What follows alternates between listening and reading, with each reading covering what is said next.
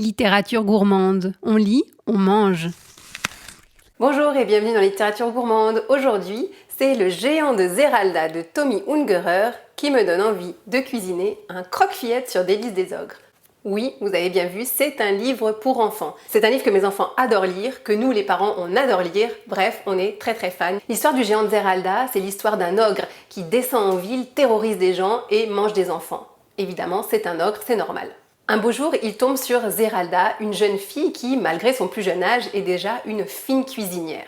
Et de fil en aiguille, il arrive toute une aventure où Zeralda doit se mettre à cuisiner un festin pour ce fameux ogre. Je cite quelques plats que Zeralda confectionne. Ça va vous mettre l'eau à la bouche. Un potage de cresson à la crème, des truites fumées au capre, des escargots au beurre et à l'ail, des poulets rôtis et un cochon de lait. Regardez, les dessins sont absolument magnifiques. Parmi ce festin, j'ai hésité un petit peu. Est-ce que je me lance dans la cuisine d'un cochon de lait? On est mardi soir, il est 19h. Puis là, je me suis dit non, pas sûr. Ensuite, je me suis dit pourquoi pas un potage de cresson à la crème. Et là, j'ai visualisé la tête de mes enfants et ça m'a vraiment découragée.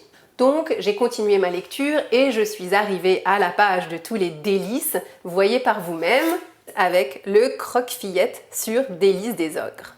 Pour finir sur l'histoire du géant de Zeralda, les ogres et les ogresses du royaume sont tellement enchantés de la cuisine de Zeralda qu'ils en oublient de manger des enfants. Zeralda finit par grandir et épouser l'ogre.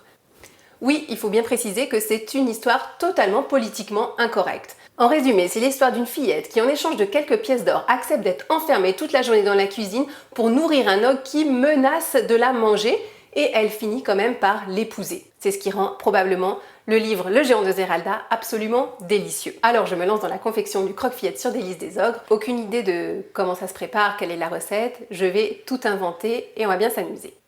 Voilà, les ingrédients sont réunis et pour finalement faire ce croque-fillette sur Délices des ogres, j'ai décidé de faire une simple génoise. Donc on a 4 œufs, 125 g de sucre, 125 g de farine, un petit peu de poudre à pâte magique, c'est-à-dire de levure, et une pincée de sel. Sur la génoise, j'ai décidé de faire un simple glaçage au chocolat avec du chocolat à la praline, donc une pralinoise, et un petit peu de beurre pour lier le tout. Et enfin, la décoration de ce croque-fillette sur Délices des ogres, de la pâte d'amande colorée avec du colorant alimentaire. Donc j'ai fait des petites billes, des petites croix vertes et bleues, et puis j'ai essayé de faire un petit angelot. Et j'ai choisi un moule que moi j'appelle un moule cheminée, qui va faire donc un trou au centre du gâteau, comme ça le nappage va vraiment pouvoir se répartir de part et d'autre. Au dehors, à l'air libre, on ne voyait plus un seul enfant. L'ogre devait se contenter pour toute nourriture de bouillie d'avoine, de choux tièdes et de pommes de terre froides.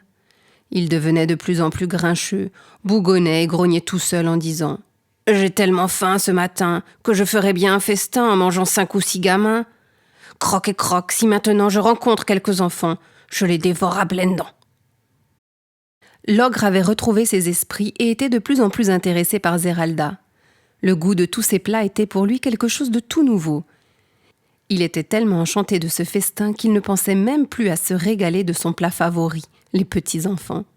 Jamais il n'avait fait un aussi bon repas. « Très chère fille, dit-il, j'ai un château avec des caves pleines d'or. Je te donnerai une fortune si tu veux venir chez moi et me faire la cuisine. » J'espère que cette recette du croque-fillette sur Délices des ogres vous aura donné envie de découvrir avec vos enfants Le géant de Zeralda de Tommy Ungerer. Bonne lecture et bonne dégustation!